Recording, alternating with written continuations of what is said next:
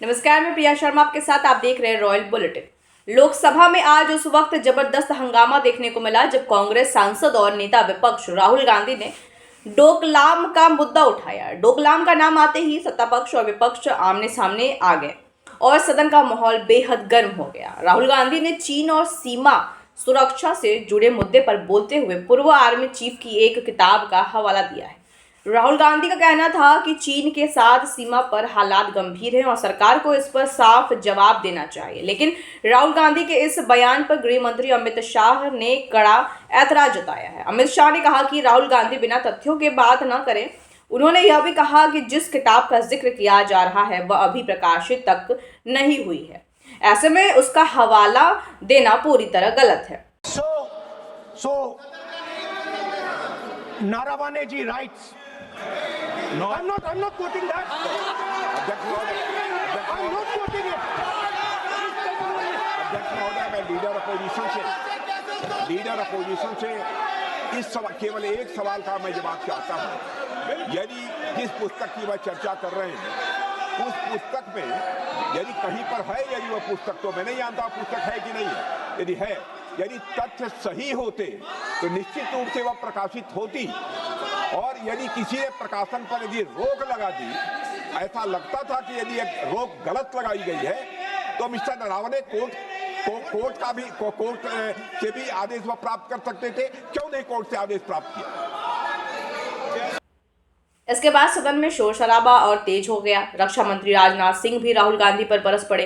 राजनाथ सिंह ने कहा कि राहुल गांधी बिना तथ्य के बयान दे रहे हैं। बिन छपी पुस्तक का जिक्र करना गैर वाजिब है। वह किसी मैगजीन की रिपोर्ट पढ़ रहे हैं जिसे तथ्य नहीं माना जा सकता। राजनाथ सिंह ने यह भी कहा कि राष्ट्रीय सुरक्षा जैसे गंभीर मुद्दों पर जिम्मेदारी से बोलना चाहिए, न कि अपुष्ट रिपोर्ट के आधार पर। सरकार के इन आरोपों के जवाब में राहुल गांधी अपनी बात रखने पर अड़े रहे, लेकिन सत्ता पक्ष के विरोध के कारण सदन में लगातार हंगामा होता रहा। इस दौरान अमित शाह, राजनाथ सिंह और राहुल गांधी के बीच तीखी बहस देखने को मिले। राहुल गांधी स्पीकर से यह तक कह गए कि अब आप ही मुझे बता दीजिए कि मुझे क्या कहना है। हंगामे के बीच समाजवादी पार्टी अध्यक्ष अखिलेश यादव राहुल गांधी के समर्थन में खड़े हो गए। अखिलेश यादव ने कहा कि चीन का मुद्दा देश की सुरक्षा से जुड़ा बेहद गंभीर मामला है।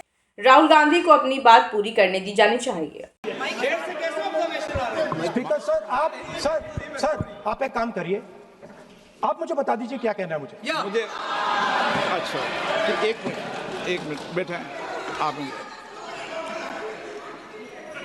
मैं आपका सलाहकार नहीं हूं, लेकिन एज ए स्पीकर के नाते मेरा ये दायित्व बनता है कि सदन नियम प्रक्रियाओं से चले, परंपराओं से चले, और जिस विषय पर चर्चा हो रही है उस विषय पर चर्चा करें। जब माननीय सदस्य चर्चा के इतर बोल रहे थे तो मैंने भी माननीय सदस्यों को राष्ट्रपति भाषण से इतर बोलने के लिए मना किया, और इसीलिए आप अच्छा हो, आप सदन की गरिमा रखें, और आप प्रतिपक्ष के नेता हैं, बड़ी पार्टी के प्रतिपक्ष के नेता हैं, यह आपकी भूमिका उचित है, नहीं देश तय करेगा, लेकिन फिर भी मेरा कहना है कि आप सदन की मर्यादा को रखें।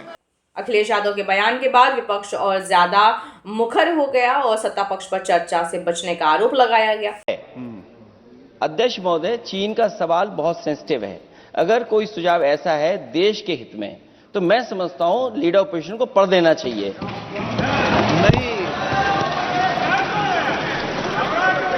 माननीय सदस्य, इतना ही नहीं रहेगा, बहुत सेंसिटिव है। मुझे याद है डॉक्टर राम मनोहर लोहिया, जॉर्ज फर्नांडिस, नेताजी हमेशा ये बात अध्यक्ष जी जिताते रहे कि हमें हमेशा चीन से सावधान रहना है। ओके माननीय सर, प्लीज। और चीन से सावधान नहीं रहेंगे, हमने जमीनें कुछ पहले। ओके माननीय सर, इनको कैसे पता क्या बोल रहे हैं?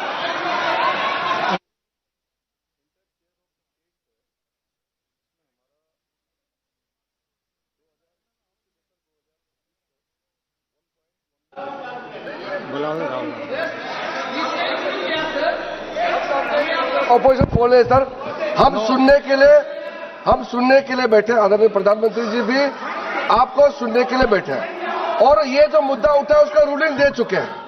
चेयर से रूल 349 में एक रूलिंग दे चुके हैं।